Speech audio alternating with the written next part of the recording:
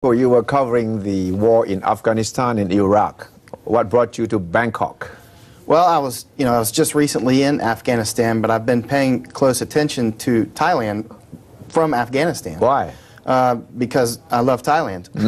And so I was watching the news closely and emailing with my friends in Thailand, and I became worried about the situation here. You mean you had some sort of prediction that Thailand might turn into something like Afghanistan? I hope not. The Thai people... No, when you were interested in Thailand, yes, was the political trouble already started?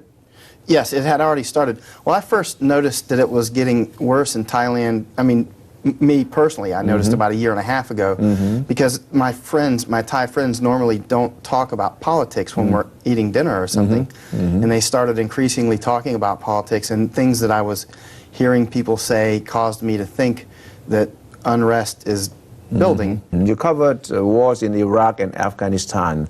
Those were urban wars, similar to what you saw in Bangkok? Iraq was. Afghanistan is... You were in Baghdad, right? I was in many cities in Iraq, Baghdad, Mosul, Kuba, many places. Yep. But what were the similarities? Actually, the violence here is not as high as what I saw in Iraq or in Afghanistan, thankfully, because most Thai people are peaceful. And so I think that, Thailand has a natural aversion to war, but it can happen. But once urban warfare breaks out, it's horrible. It destroys cities. It shatters the children's psyches. It's very scary for everybody. Buildings get burned down. Buildings get blown up. One thing that's important to keep in mind that we saw in Iraq and in Afghanistan was in the beginning that the fighters were not competent. They didn't know what they were really doing. They could cause small damage. But as time evolved, they became more proficient. They became knowledgeable about weapons and tactics, and so the attacks became more effective. They became more deadly. They became more frequent. So that's one thing that's important to keep in mind here. In the beginning, they start out incompetent, but they're smart people, and they will become competent. So it's important to tamp it down. As a war correspondent, covering the Bangkok street battles and Afghanistan and Iraq, what is the main difference? Well, in Afghanistan, most of the fighting takes place outside of built-up areas. Afghans don't like to fight near their homes. Iraqis were the opposite. They would fight from their front door. They would fight in the cities.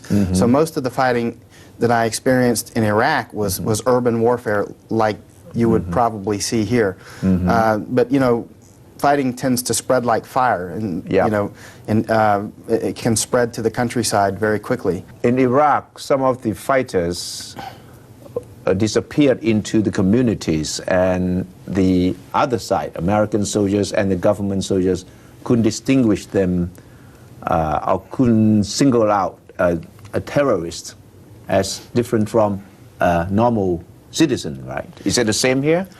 That's an important point, and it's the same in Afghanistan. You can't distinguish. Now, one very important point that it's important to watch, I watch this closely in Iraq and Afghanistan, is the normal people. Are they willing to give information to the police and the army? Because if the normal people will give information to the police and the army, you will win. As long as the police and the army always behave well, that's incredibly important.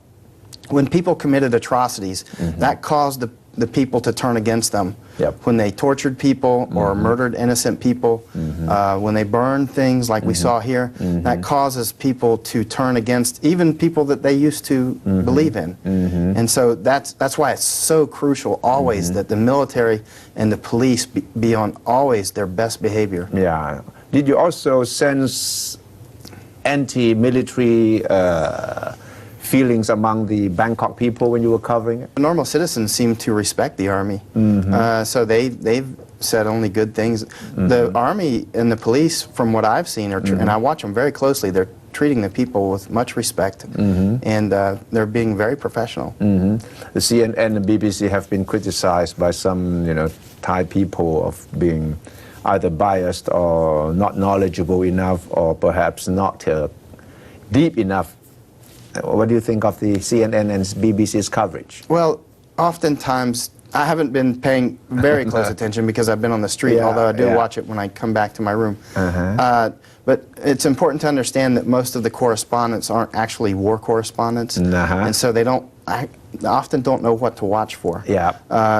For instance, to watch the police and the people and how do they interact? Do the people look fearful of the army? Do they look fearful of the police? And the people in Bangkok do not seem fearful of the army or the police because they're behaving professionally. Do you think some of the foreign correspondents were biased?